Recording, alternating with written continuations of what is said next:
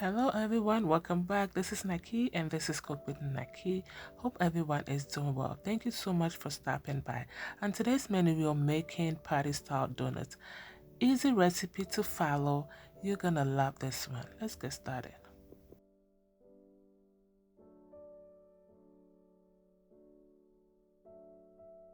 So I have my all-purpose flour. I'm going to put all the measurements in the description box. But if you're making a lot, you might have to like reduce the quantity. It was a lot for a party, so yeah. And I put my baking powder and some nutmeg, and this is salt. I'm mixing everything together. I want to make sure the salt, the nutmeg, the baking powder is all mixed together. I'm adding sugar to it, and I'm also going to be adding this vanilla sugar.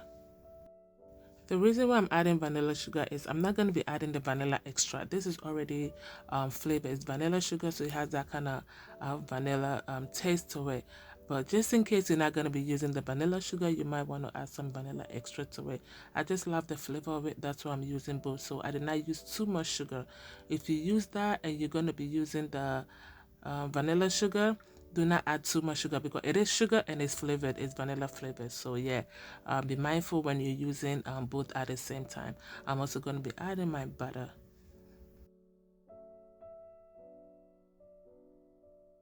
With my hands, I'm going to be mixing this butter and all the flour together to make sure everything is well mixed together. You could use your both hands to make it quicker, but I prefer just using one hand. It took a lot of time, but hey, you could use both hands to make it faster. I have my evaporated milk and I have my eggs. As you can see, it's a lot, but yeah, trust me, this is really a rich donut and it came out so perfectly. So yeah, if you want to make your own donut at home, easy, quick, and tasty, follow this recipe, especially with the ingredients, and you're gonna love it. So I'm mixing the eggs and the evaporated milk together.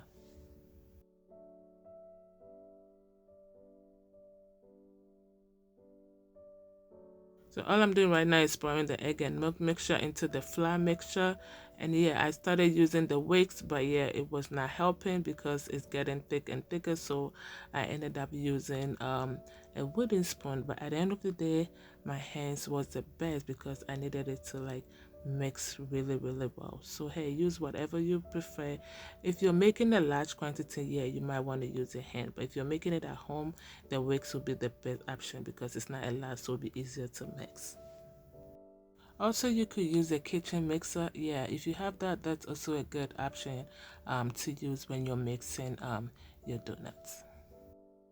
And here goes my hand. Yeah, perfect. It was good. It was easy to mix with my hands. And that's it.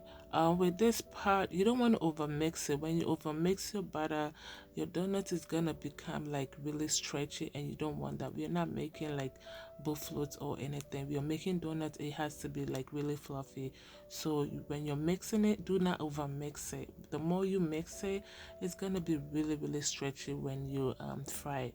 And this is how I'm just gonna like drop it into it. See how the texture look, see the consistency. Yeah, you could mix it more if you prefer. I know you can see a little bit of that, but that's fine.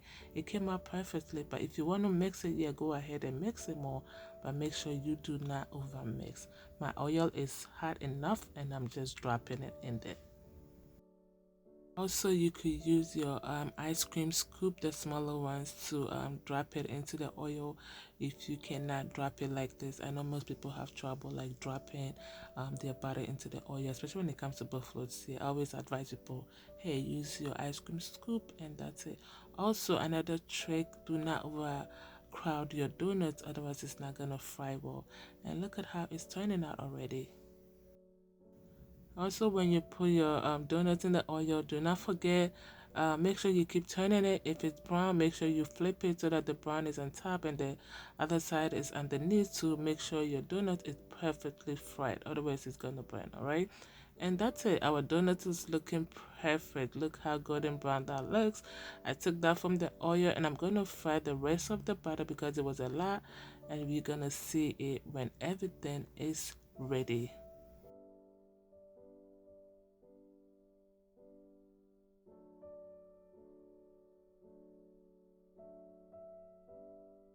And finally, our party style donuts, our donuts, our drop donuts, whatever you want to call it, it is ready. Look how beautiful this looks, and look at the inside. Perfectly fried donuts. So good. It tastes really good. Make this recipe for your friends and family, and trust me, they're gonna love it.